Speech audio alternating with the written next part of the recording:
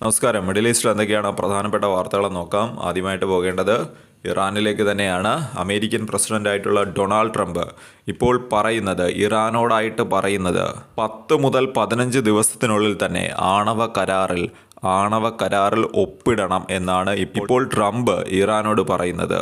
അല്ലെങ്കിൽ bad thing will happen എന്നൊരു മുന്നറിയിപ്പാണ് ട്രംപ് നൽകുന്നത്. ഇത്തരമൊരു മുന്നറിയിപ്പിന് പിന്നാലെ ഇപ്പോൾ അമേരിക്ക മിഡിൽ ഈസ്റ്റിൽ തങ്ങളുടെ ശക്തി വളരെയധികം വർദ്ധിപ്പിക്കുകയാണ്. സൈനിക ശക്തി വളരെയധികം വർദ്ധിപ്പിക്കുകയാണ്. ഇത് യുദ്ധത്തിന് മുന്നോടിയാണോ എന്നൊരു ആശങ്കയാണ് ഇപ്പോൾ ഉയർന്നു വരുന്നത്. റിപ്പോർട്ടുകൾ പ്രകാരം ഏകദേശം 120ഓളം യുദ്ധവിമാനങ്ങൾ ഇപ്പോൾ മിഡിൽ ഈസ്റ്റിലേക്ക് എത്തിയിട്ടുണ്ട്. 2003 ഇറാഖ് യുദ്ധത്തിന് ശേഷം ഇത്തരമൊരു ബിൽഡപ്പ് ഇതാദ്യമായിട്ടാണ്.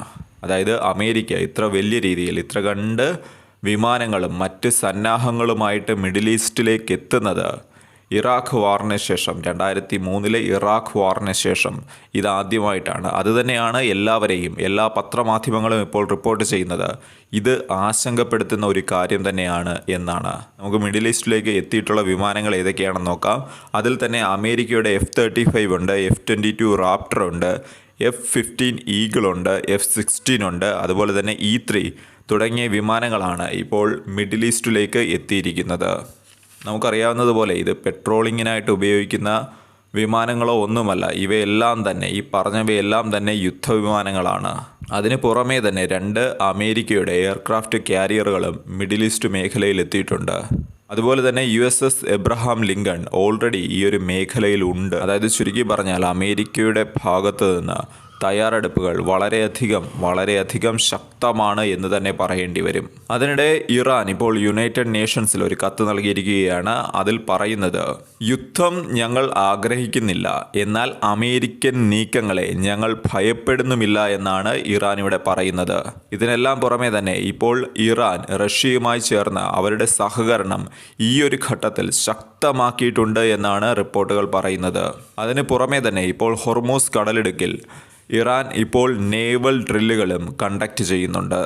അതിനിടെ ഡിയഗോ ഗാർസിയോ, അതായത് ഇന്ത്യൻ മഹാസമുദ്രത്തിലെ ഒരു ദ്വീപാണ്, അതായത് UK ബ്രിട്ടൻ ഓൺ ചെയ്യുന്ന, അവർ സ്വന്തമാക്കി വെച്ചിട്ടുള്ള ഒരു ദ്വീപാണ് ഈ ഡിയഗോ ഗാർസിയോ എന്ന് പറയുന്നത്. എന്നാൽ ഇപ്പോൾ അതായത് അമേരിക്കയ്ക്ക് ബ്രിട്ടൻ ലീസിന് കൊടുത്തിട്ടുള്ള ഒരു പ്രദേശമാണിത്.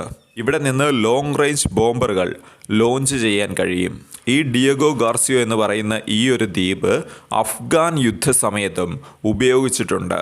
എന്നാൽ ഇപ്പോൾ UK പ്രൈം മിനിസ്റ്റർ അമേരിക്കയ്ക്ക് ഈ ഒരു ദ്വീപ് ഇറാനെ ആക്രമിക്കാനായിട്ട് ഉപയോഗിക്കാൻ അനുമതി നൽകിയിട്ടില്ല. അതായത് ഇറാനെ ആക്രമിക്കാൻ ഈ ദ്വീപിൽ നിന്ന് ആക്രമിക്കാൻ കഴിയില്ല എന്നാണ് ഇപ്പോൾ UK വ്യക്തമാക്കുന്നത്. അതായത് അമേരിക്കയുടെ ഉറ്റ സുഹൃത്തായിട്ടുള്ള ഒരു രാജ്യമാണ് ഇത്തരമൊരു നിലപാട് ഇപ്പോൾ എടുത്തിരിക്കുന്നത്. ഇത് വലിയ ഒരു രാഷ്ട്രീയ പ്രശ്നമായി തന്നെ മാറിയിട്ടുണ്ട്. ട്രംപ് പോലും തൻ്റെ സോഷ്യൽ മീഡിയ അക്കൗണ്ടിൽ പറയുന്ന ഒരു കാര്യമുണ്ട്, do not give away Diego Garcia എന്നാണ് അദ്ദേഹം സൂചിപ്പിക്കുന്നത്.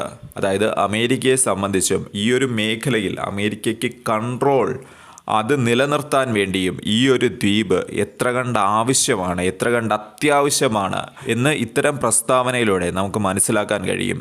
അതായത് മൊത്തത്തിൽ മിഡിൽ ഈസ്റ്റ് മേഖല മൊത്തത്തിൽ നോക്കിയാൽ തന്നെ അവിടെ സാഹചര്യം വളരെ വലിയ രീതിയിൽ മാറുന്നുണ്ട് എന്ന് തന്നെയാണ് പല ന്യൂസ് റിപ്പോർട്ടുകളും പറയുന്നത്. സ്പെഷ്യലി 2003 ഇറാഖ് വാറിന് ശേഷം അമേരിക്ക നടത്തുന്ന ഏറ്റവും വലിയ ബിൽഡപ്പാണ് ഇപ്പോൾ ഉണ്ടായിരിക്കുന്നത്. അതായത് ഏറ്റവും വലിയൊരു സന്നാഹമാണ് ഇപ്പോൾ അമേരിക്ക ഇപ്പോൾ മിഡിൽ ഈസ്റ്റിലേക്ക് എത്തിച്ചിരിക്കുന്നതെന്നാണ് റിപ്പോർട്ടുകൾ പറയുന്നത്. അൽ ജസീറയാണ് ഇത് സംബന്ധിച്ചൊരു ഡീറ്റെയിൽ റിപ്പോർട്ട് ഇപ്പോൾ പ്രസിദ്ധീകരിച്ചിരിക്കുന്നത്.